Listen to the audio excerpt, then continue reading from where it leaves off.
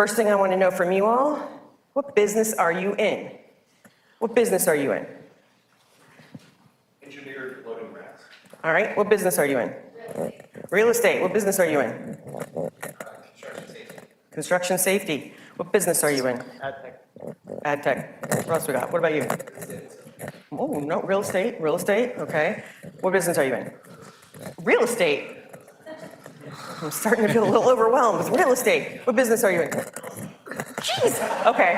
Now I have to keep going because I've had what business are you in? Relationship business. I like it. What business are you in? Damn it. Not that I don't appreciate real estate, but holy cow, how did we get you all here today? What business are you in? Okay, so that's good. Oh, good, you're not, oh, see, I was smart there. They're together, they're both in ad tech. Okay, so let's be honest. The business that you're in is the trust business. So relationship, very close, but you're in the trust business. Because no matter what you do, you don't get anywhere, you don't accomplish anything without having some trust somewhere.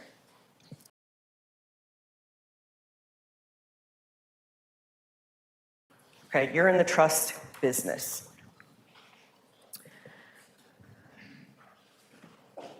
So, one of the reasons why we call this tactical empathy, everyone knows it's calibrated, we do it on purpose.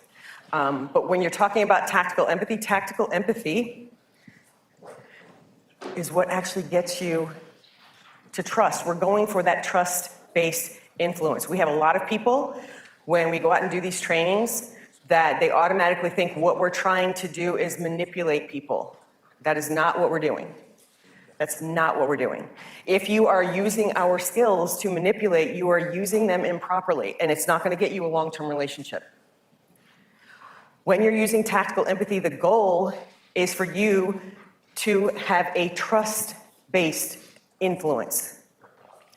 Can somebody tell me what's the difference between, oh, I just drew a blank. What's the difference between manipulation and influence?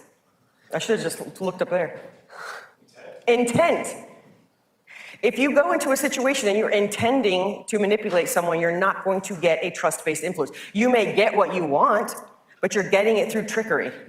And whoever you're dealing with, you're not establishing any kind of a long-term relationship with that person because you are manipulating them. But if you seek to influence someone, that's different. You're not trying to manipulate them. Essentially, you're going off the data that they are giving you. That's what tactical empathy is all about, okay? Looking at what's happening on the other side and being able to vocalize it in a way that gets you to trust. Okay. What we're going to be talking about today is listening. I'll give you a really big hint. None of our skills work very well if you don't know how to listen. If you're going into a situation and you're not listening and you're putting everything that's in your mind in front of everything that's going on with the person across the table, you're not listening. And when you're not listening, you cannot get tactical empathy. It just can't happen. So what we're going to do today is we're going to move you beyond, I get it. We're going to move you beyond saying, I understand. Because, quite frankly, you tell me you understand me, it doesn't really mean anything to me because you're not demonstrating it. You can tell somebody all day long that you understand what they're feeling, that you understand what they're going through. But if you're not actually demonstrating that you really feel that understanding, just forget about it. It's not going to work. And you cannot demonstrate that if you're not listening. So, I like how Derek puts it. The biggest concession you can make to another human being is to listen to them. That's all it takes. Those of you that have children, if they drive you crazy because they don't listen to you, you're probably not listening to them either. Everyone has reasons for what they do. Everyone has things that they're thinking when they do whatever it is that they're doing. So when your kids do things, they're thinking about something. So instead of yelling at them for what they did, figure out why they did it. The why behind it is what's important. Because you cannot correct that behavior until you fix the why that's going on with it. Okay? Most important tool in your toolbox.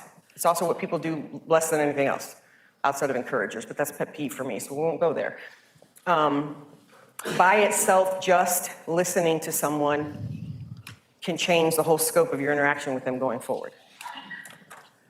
People like to talk. We all like to talk. We like to be the one that talks the most in the room because it makes us feel good. The problem with that is what's not happening when you're talking? Listening. You can't listen if you're talking. And one of the best ways to get to tactical empathy is go into a situation concentrating on purpose, not talking, but listening instead.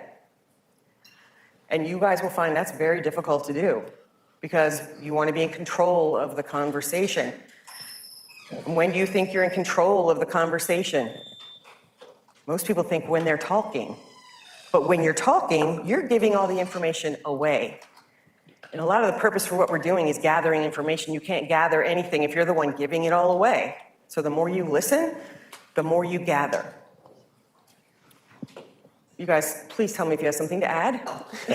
Anything? You're doing good. It's always like, you got it, go. I'm listening. Smart man. Okay.